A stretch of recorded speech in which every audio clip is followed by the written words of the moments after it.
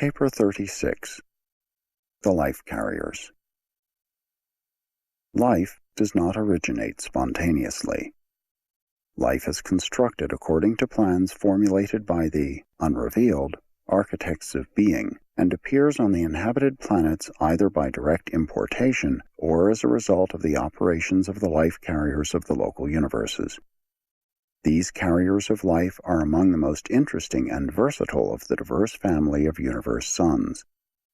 They are entrusted with designing and carrying creature life to the planetary spheres, and after planting this life on such new worlds, they remain there for long periods to foster its development.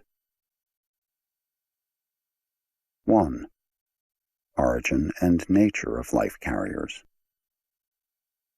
Though the life carriers belong to the family of divine sonship, they are a peculiar and distinct type of universe sons, being the only group of intelligent life in a local universe in whose creation the rulers of a super-universe participate. The life carriers are the offspring of three pre-existent personalities: the Creator Son, the Universe Mother Spirit, and, by designation, one of the three Ancients of Days presiding over the destinies of the super-universe concerned. These Ancients of Days, who alone can decree the extinction of intelligent life, participate in the creation of the new life carriers, who are entrusted with establishing physical life on the evolving worlds. In the universe of Nebadon, we have on record the creation of 100 million life carriers. This efficient core of life disseminators is not a truly self-governing group. They are directed by the life-determining trio, consisting of Gabriel, the father Melchizedek, and Nambia, the original and firstborn life carrier of Nebadon. But in all phases of their divisional administration, they are self-governing. Life carriers are graded into three grand divisions. The first division is the senior life carriers, the second, assistants, and the third, custodians. The primary division is subdivided into 12 groups of specialists in the various forms of life manifestation. The segregation of these three divisions was effected by the Melchizedeks, who conducted tests for such purposes on the life carrier's headquarters sphere. The Melchizedeks have ever since been closely associated with the life carriers and always accompany them when they go forth to establish life on a new planet. When an evolutionary planet is finally settled in light and life, the life carriers are organized into the higher deliberative bodies of advisory capacity to assist in the further administration and development of the world and its glorified beings. In the later and settled ages of an evolving universe, these life carriers are entrusted with many new duties. 2. The life carrier worlds. The Melchizedeks have the general oversight of the fourth group of 7 primary spheres in the Salvington Circuit. These worlds of the life carriers are designated as follows: 1. The life carrier headquarters. 2. The life planning sphere. 3. The life conservation sphere. 4. The sphere of life evolution. 5. The sphere of life associated with mind. 6. The sphere of mind and spirit in living beings. 7. The sphere of unrevealed life. Each of these primary spheres is surrounded by 6 satellites, on which the special phases of all life carrier activities in the universe are centered. World number 1, the headquarters sphere, together with its 6 tributary satellites, is devoted to the study of universal life, life in all of its known phases of manifestation. Here is located the College of Life Planning, wherein function teachers and advisors from Yaversa and Havona, even from Paradise. And I am permitted to reveal that the 7 central emplacements of the adjutant mind spirits are situated on this world of the life carriers. The number 10, the decimal system, is inherent in the physical universe but not in the spiritual. The domain of life is characterized by 3, 7, and 12, or by multiples and combinations of these basic numbers. There are 3 primal and essentially different life plans, after the order of the three paradise sources and centers, and in the universe of Nebadon, these three basic forms of life are segregated on three different types of planets. There were originally 12 distinct and divine concepts of transmissible life. This number 12, with its subdivisions and multiples, runs throughout all basic life patterns of all 7 superuniverses. There are also 7 architectural types of life design, fundamental arrangements of the reproducing configurations of living matter. The Orvantan life patterns are configured as 12 inheritance carriers. The differing orders of will creatures are configured as 12, 24, 48, 96, 192, 384, and 768. On Urantia, there are 48 units of pattern control, trait determiners, in the sex cells of human reproduction. The second world is the life-designing sphere. Here, all new modes of life organization are worked out. While the original life designs are provided by the Creator Sun, the actual outworking of these plans is entrusted to the life carriers and their associates. When the general life plans of a new world have been formulated, they are transmitted to the headquarters sphere, where they are minutely scrutinized by the Supreme Council of the Senior Life Carriers in collaboration with a corps of consulting Melchizedeks.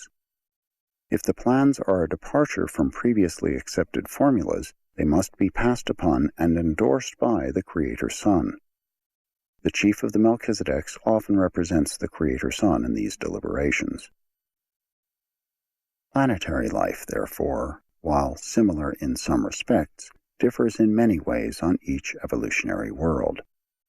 Even in a uniform life series in a single family of worlds, life is not exactly the same on any 2 planets. There is always a planetary type, for the life carriers work constantly in an effort to improve the vital formulas committed to their keeping.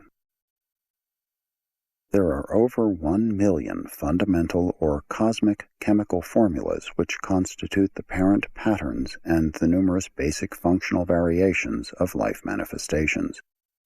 Satellite number 1 of the life planning sphere is the realm of the universe physicists and electrochemists who serve as technical assistants to the life carriers in the work of capturing, organizing, and manipulating the essential units of energy which are employed in building up the material vehicles of life transmission, the so-called germ plasm. The planetary life planning laboratories are situated on the second satellite of this world number 2. In these laboratories, the life carriers and all their associates collaborate with the Melchizedeks in an effort to modify and possibly improve the life designed for implantation on the decimal planets of Nebadon.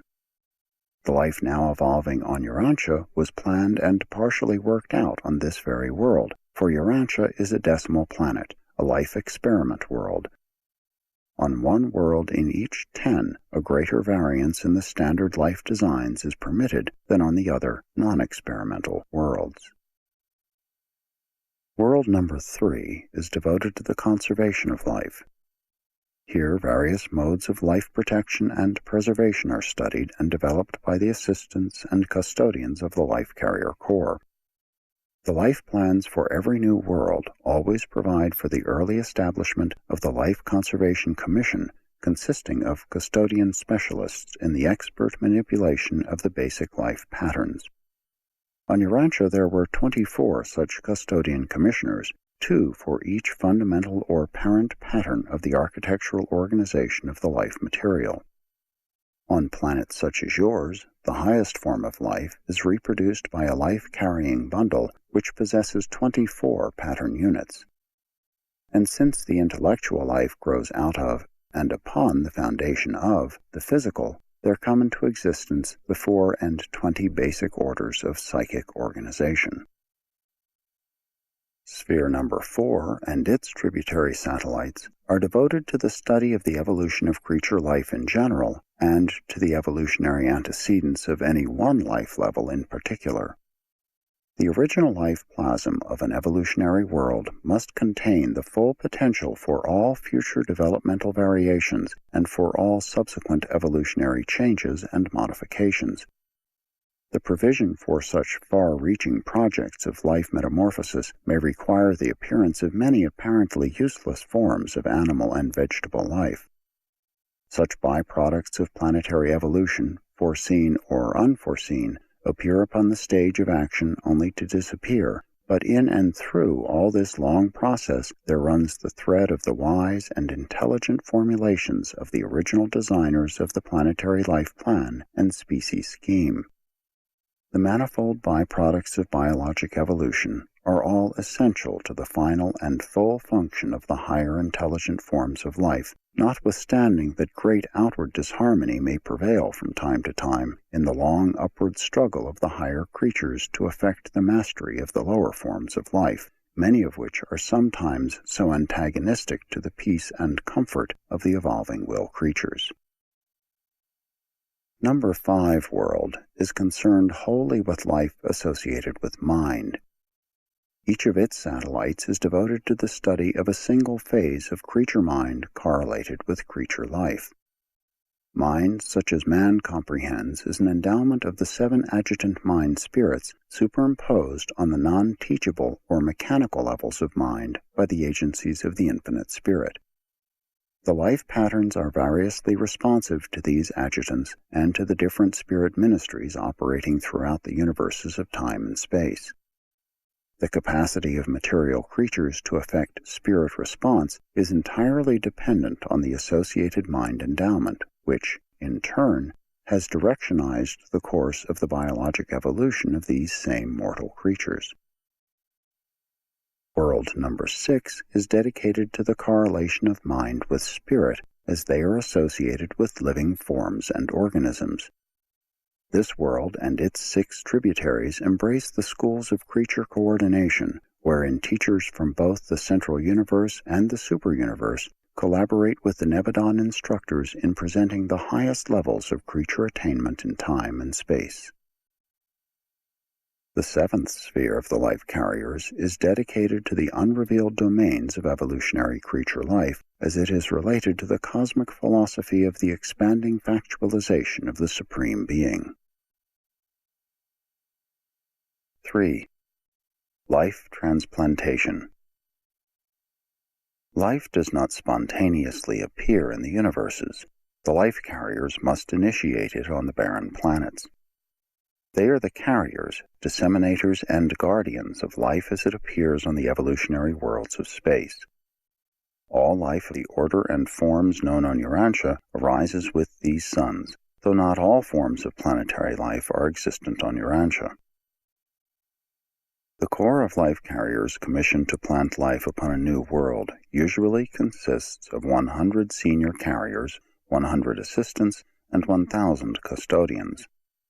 The life carriers often carry actual life plasm to a new world, but not always. They sometimes organize the life patterns after arriving on the planet of assignment in accordance with formulas previously approved for a new adventure in life establishment. Such was the origin of the planetary life of Urantia.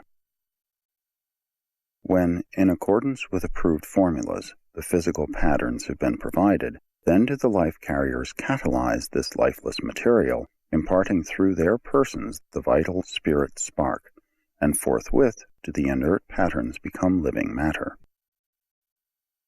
The vital spark, the mystery of life, is bestowed through the life carriers, not by them. They do indeed supervise such transactions, they formulate the life plasm itself, but it is the Universe Mother Spirit who supplies the essential factor of the living plasm. From the creative daughter of the Infinite Spirit comes that energy spark which enlivens the body and presages the mind. In the bestowal of life, the life carriers transmit nothing of their personal natures, not even on those spheres where new orders of life are projected. At such times they simply initiate and transmit the spark of life, start the required revolutions of matter in accordance with the physical, chemical, and electrical specifications of the ordained plans and patterns. Life carriers are living catalytic presences which agitate, organize, and vitalize the otherwise inert elements of the material order of existence.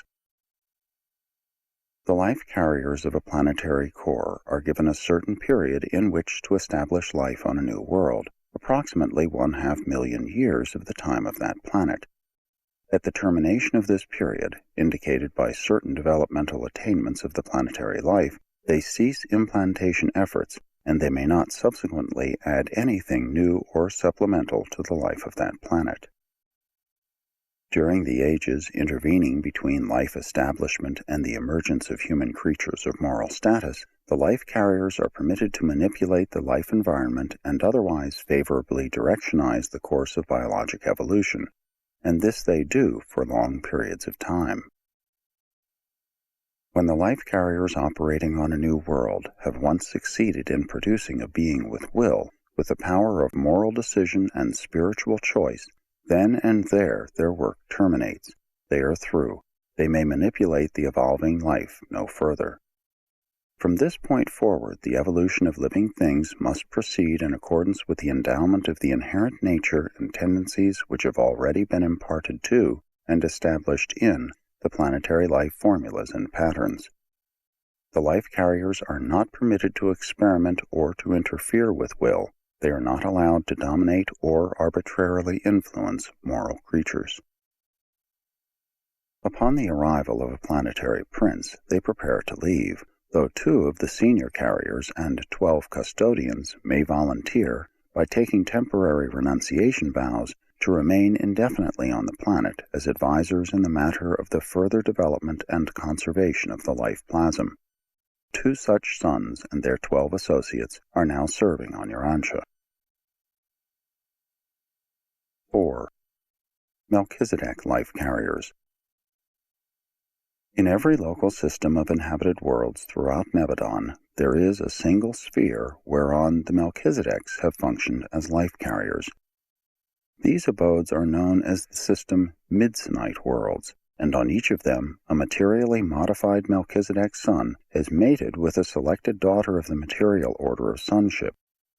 The Mother Eves of such Midsonite worlds are dispatched from the system headquarters of jurisdiction, having been chosen by the designated Melchizedek life carrier from among the numerous volunteers who respond to the call of the system sovereign addressed to the material daughters of his sphere. The progeny of a Melchizedek life carrier and a material daughter are known as Midsoniters. The Melchizedek father of such a race of supernal creatures eventually leaves the planet of his unique life function, and the Mother Eve of this special order of universe beings also departs upon the appearance of the 7th generation of planetary offspring. The direction of such a world then devolves upon her eldest son. The Midsonite creatures live and function as reproducing beings on their magnificent worlds until they are 1,000 standard years of age, whereupon they are translated by seraphic transport. Midsoniters are non-reproducing beings thereafter because the technique of dematerialization which they pass through in preparation for enseraphiming forever deprives them of reproductive prerogatives. The present status of these beings can hardly be reckoned as either mortal or immortal, neither can they be definitely classified as human or divine. These creatures are not adjuster indwelt, hence hardly immortal. Neither do they seem to be mortal. No Midsoniter has experienced death. All Midsoniters ever born in Nebadon are alive today, functioning on their native worlds, on some intervening sphere, or on the Salvington Midsonite sphere in the Finaliters group of worlds. The Salvington worlds of the Finaliters.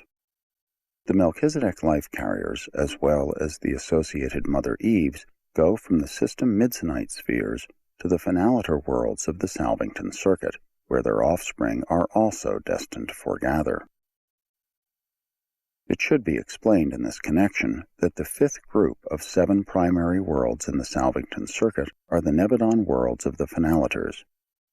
The children of the Melchizedek life carriers and the material daughters are domiciled on the 7th world of the Finaliters, the Salvington Midsonite sphere. The satellites of the 7 primary worlds of the Finaliters are the rendezvous of the personalities of the super and central universes who may be executing assignments in Nebadon. While the ascending mortals go about freely on all of the cultural worlds and training spheres of the 490 worlds comprising the Melchizedek University, there are certain special schools and numerous restricted zones which they are not permitted to enter. This is especially true of the 49 spheres under the jurisdiction of the Finaliters. The purpose of the Midsonite creatures is not at present known, but it would appear that these personalities are foregathering on the 7th Finaliter world in preparation for some future eventuality in universe evolution. Our inquiries concerning the Midsonite races are always referred to the Finaliters, and always do the Finaliters decline to discuss the destiny of their wards. Regardless of our uncertainty as to the future of the Midsoniters, we do know that every local universe in Urvanton harbors such an accumulating core of these mysterious beings. It is the belief of the Melchizedek life carriers that their Midsonite children will someday be endowed with the transcendental and eternal spirit of Absonity by God the Ultimate. 5. The 7 Adjutant Mind Spirits. It is the presence of the 7 adjutant mind spirits on the primitive worlds that conditions the course of organic evolution, that explains why evolution is purposeful and not accidental. These adjutants represent that function of the mind ministry of the infinite spirit which is extended to the lower orders of intelligent life through the operations of a local universe mother spirit. The adjutants are the children of the universe mother spirit and constitute her personal ministry to the material minds of the realms. Wherever and whenever such mind is manifest, these spirits are variously functioning. The 7 adjutant mind spirits are called by names which are the equivalents of the following designations: intuition, understanding, courage, knowledge, counsel, worship, and wisdom. These mind spirits send forth their influence into all the inhabited worlds as a differential urge, each seeking receptivity capacity for manifestation quite apart from the degree to which its fellows may find reception and opportunity for function. The central lodgements of the adjutant spirits on the life carrier's headquarters world indicate to the life carrier supervisors the extent and quality of the mind function of the adjutants on any world and in any given living organism of intellect status. These life-mind emplacements are perfect indicators of living mind function for the first 5 adjutants. But with regard to the 6th and 7th adjutant spirits, worship and wisdom, these central lodgements record only a qualitative function. The quantitative activity of the adjutant of worship and the adjutant of wisdom is registered in the immediate presence of the divine minister on Salvington, being a personal experience of the universe mother spirit. The 7 adjutant mind spirits always accompany the life carriers to a new planet, but they should not be regarded as entities. They are more like circuits. The spirits of the 7 universe adjutants do not function as personalities apart from the universe presence of the divine minister. They are, in fact, a level of consciousness of the divine minister and are always subordinate to the action and presence of their creative mother. We are handicapped for words adequately to designate these 7 adjutant mind spirits. They are ministers of the lower levels of experiential mind, and they may be described in the order of evolutionary attainment as follows. 1. The spirit of intuition, quick perception, the primitive physical and inherent reflex instincts, the directional and other self-preservative endowments of all mind creations, the only one of the adjutants to function so largely in the lower orders of animal life, and the only one to make extensive functional contact with the non-teachable levels of mechanical mind. 2. The spirit of understanding, the impulse of coordination, the spontaneous and apparently automatic association of ideas. This is the gift of the coordination of acquired knowledge, the phenomenon of quick reasoning, rapid judgment, and prompt decision. 3. The spirit of courage, the fidelity endowment, in personal beings the basis of character acquirement and the intellectual root of moral stamina and spiritual bravery. When enlightened by facts and inspired by truth, This becomes the secret of the urge of evolutionary ascension by the channels of intelligent and conscientious self-direction. 4. The spirit of knowledge, the curiosity mother of adventure and discovery, the scientific spirit, the guide and faithful associate of the spirits of courage and counsel, the urge to direct the endowments of courage into useful and progressive paths of growth. 5. The spirit of counsel, the social urge, the endowment of species cooperation, the ability of will creatures to harmonize with their fellows, the origin of the gregarious instinct among the more lowly creatures. 6. The spirit of worship, the religious impulse, the first differential urge separating mind creatures into the two basic classes of mortal existence. The spirit of worship forever distinguishes the animal of its association from the soulless creatures of mind endowment. Worship is the badge of spiritual ascension candidacy. 7. The spirit of wisdom, the inherent tendency of all moral creatures towards orderly and progressive evolutionary advancement. This is the highest of the adjutants, the spirit coordinator and articulator of the work of all the others. This spirit is the secret of that inborn urge of mind creatures which initiates and maintains the practical and effective program of the ascending scale of existence. That gift of living things which accounts for their inexplicable ability to survive and, in survival, to utilize the coordination of all their past experience and present opportunities for the acquisition of all of everything that all of the other 6 mental ministers can mobilize in the mind of the organism concerned. Wisdom is the acme of intellectual performance. Wisdom is the goal of a purely mental and moral existence. The adjutant mind spirits experientially grow, but they never become personal. They evolve in function, and the function of the first 5 in the animal orders is, to a certain extent, essential to the function of all 7 as human intellect. This animal relationship makes the adjutants more practically effective as human mind, hence animals are, to a certain extent, indispensable to man's intellectual as well as to his physical evolution. These mind adjutants of a local universe mother spirit are related to creature life of intelligence status, much as the power centers and physical controllers are related to the non-living forces of the universe.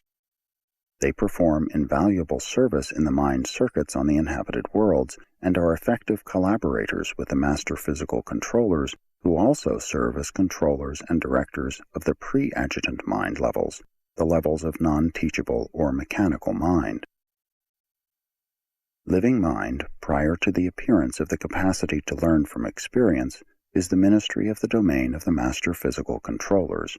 Creature mind, before acquiring the ability to recognize divinity and worship deity, is the exclusive domain of the adjutant spirits.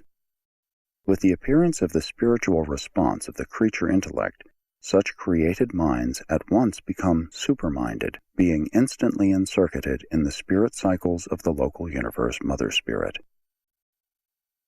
The adjutant mind spirits are in no manner directly related to the diverse and highly spiritual function of the spirit of the personal presence of the divine minister, the Holy Spirit of the inhabited worlds, but they are functionally antecedent to and preparatory for the appearance of this very spirit in evolutionary man.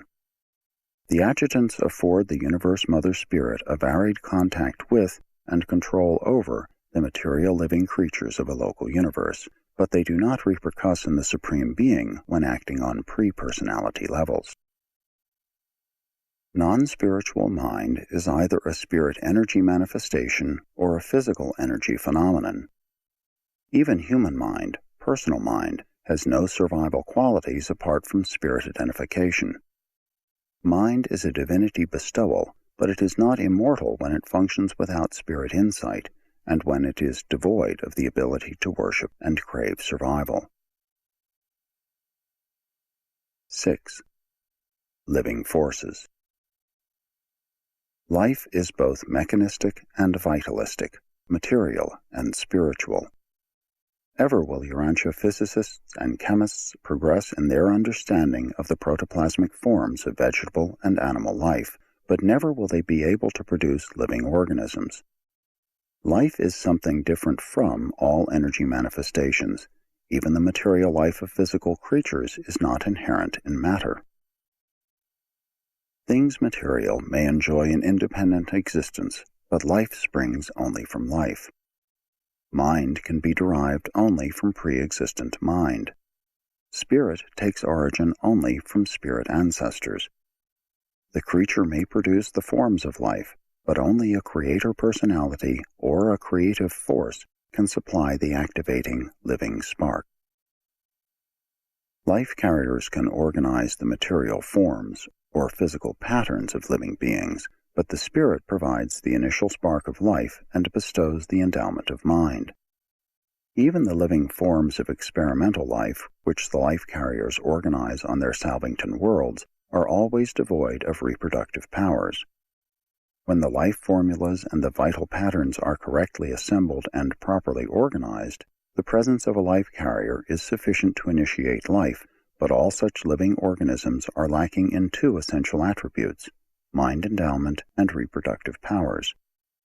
Animal mind and human mind are gifts of the local universe Mother Spirit, functioning through the 7 adjutant mind spirits, while creature ability to reproduce is the specific and personal impartation of the universe spirit, the ancestral life plasm inaugurated by the life carriers. When the life carriers have designed the patterns of life, after they have organized the energy systems, there must occur an additional phenomenon. The breath of life must be imparted to these lifeless forms. The sons of God can construct the forms of life, but it is the Spirit of God who really contributes the vital spark. And when the life thus imparted is spent, then again the remaining material body becomes dead matter. When the bestowed life is exhausted, the body returns to the bosom of the material universe from which it was borrowed by the life carriers to serve as a transient vehicle for that life endowment which they conveyed to such a visible association of energy matter. The life bestowed upon plants and animals by the life carriers does not return to the life carriers upon the death of plant or animal. The departing life of such a living thing possesses neither identity nor personality. It has not individually survived death. During its existence and the time of its sojourn in the body of matter, it has undergone a change. It has undergone energy evolution and survives only as a part of the cosmic forces of the universe. It does not survive as individual life. The survival of mortal creatures is wholly predicated on the evolvement of an immortal soul within the mortal mind. We speak of life as energy and as force, but it is really neither. Force energy is variously gravity responsive. Life is not. Pattern is also non-responsive to gravity, being a configuration of energies that have already fulfilled all gravity-responsive obligations. Life as such constitutes the animation of some pattern-configured or otherwise segregated system of energy, material, mindal, or spiritual. There are some things connected with the elaboration of life on the evolutionary planets which are not altogether clear to us. We fully comprehend the physical organization of the electrochemical formulas of the life carriers, but we do not wholly understand the nature and source of the life activation spark. We know that life flows from the Father through the Son and by the Spirit. It is more than possible that the Master Spirits are the sevenfold channel of the river of life which is poured out upon all creation. But we do not comprehend the technique whereby the supervising Master Spirit participates in the initial episode of life bestowal on a new planet. The Ancients of Days, we are confident, also have some part in this inauguration of life on a new world, but we are wholly ignorant of the nature thereof. We do know that the Universe Mother Spirit actually vitalizes the lifeless patterns and imparts to such activated plasm the prerogatives of organismal reproduction. We observe that these three are the levels of God the Sevenfold, sometimes designated as the supreme creators of time and space, but otherwise we know little more than Urantia mortals, simply that concept is inherent in the Father, expression in the sun, and life realization in the spirit. Indicted by a veranda deck son stationed on Urantia as an observer and acting in this capacity by request of the Melchizedek chief of the supervising revelatory corps.